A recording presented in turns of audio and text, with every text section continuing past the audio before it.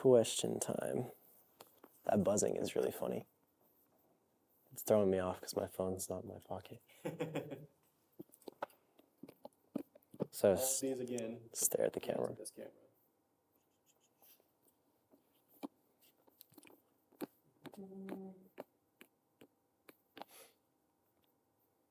Good morning, Wyatt. Good morning. How are you today? I'm good. How are you? I'm good. Wyatt, can you tell me your name, what campus you go to, and what grade you're in? Sure. So my name is Wyatt Deering. I attend the Palm Avenue campus, and I am a senior in high school. Wyatt, what is one thing you've learned in your senior year?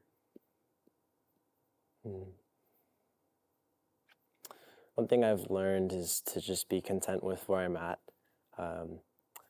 I love learning, and I'm pretty excited to move on to college and just kind of escape aspects of high school. But I think that it's good to also slow down and be present where you are in the moment, whatever that looks like for you. But for me, I think that just means being content. And there's been a lot of hurt and anger for me this year. So just kind of learning to experience where I'm at right now and just process through that instead of just desiring to escape it.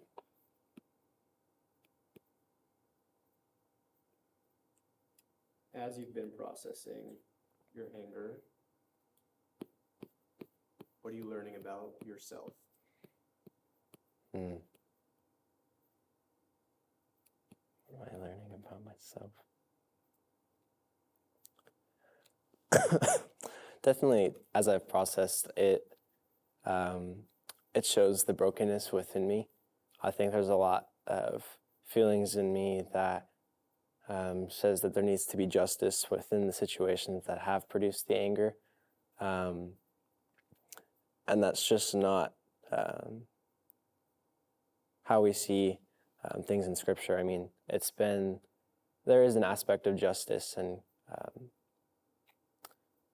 how God comes through at times. But for me, I think it's been humbling to, although I've been hurting and although it isn't fun, it isn't something I want to continue to be in, that that's just the way it is sometimes. And sorry, can you repeat the question again? I feel like I got lost on my answer there. No, that was a great answer. The question was, what have you been learning about yourself as you've processed this anger? Okay, start over again. I think the first part of the question that you answered was great. Okay. So if you want to just kind of keep expounding off of that. Yeah, I mean, we see in Scripture that although God does get angry and that anger is righteous, He often responds with mercy. There is at times where He punishes sin, and it's righteous. But there's so many cases in which He responds with mercy, and He very much could have ended it all just at the snap of His fingers, the power that He holds. So I think for me, it's been a reminder of the peace and comfort that comes in giving grace and mercy, even when it's the hardest thing to do, especially us as humans in our sin nature. Just the reminder that God gave me mercy and grace, and I must do the same.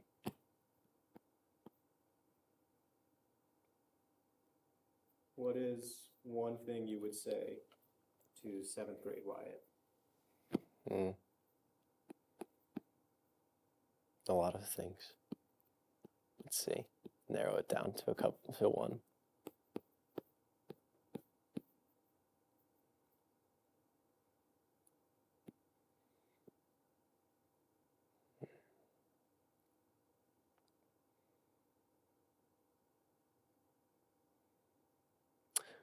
This is going to sound strange initially, but I'll get to it. No matter what you do, you're never going to measure up. And that seems like a really depressing and confusing answer, but I would say, for me, I have a lot of confidence in who I am and what I can do. But the reality is in Scripture we see that again and again, people sin, people fall short. We never measure up. I mean, in Romans, it says, for all have fallen short of the glory of God. And that's been true within my life, whether that be just in all that I've chased and wanted to do. I'm never going to measure up. And there's a peace, an odd comfort in that you will never measure up, but God is there. He chose us. He created us in his image, and that's something that gives us immense value. Without that, we have no purpose. We have no value. So just to, I would say, to hold fast to that truth and just realize that in the grand scheme of things, it is such a blessing that we have been chosen, and that all we do must be targeted towards the mission of furthering the gospel, just to live in that. And yeah. Last question for you. What is one thing you want to say to your parents?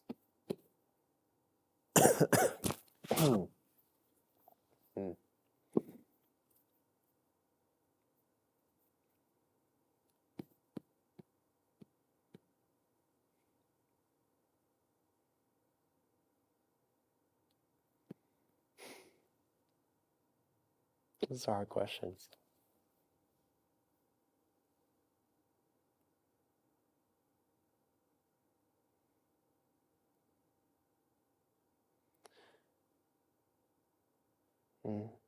I would say I really thank my parents for a few different things that all kind of intertwine, just raising me up the way that they did, and keeping me in the church, even if at times I didn't necessarily understand or want to go on a Sunday, and also making the sacrifice of putting me through private Christian school. It's been such a difference maker within my life, just to look back and see the knowledge that I have and have attained through my education. And it's not an easy sacrifice to be made. And I also want to thank them for saying no. There's a lot of things, especially as kids, we don't see the grand scheme and the big picture of it all.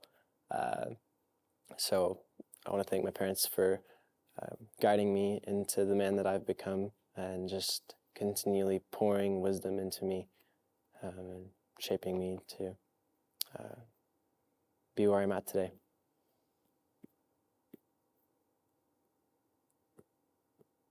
Thanks, Wyatt. Yeah.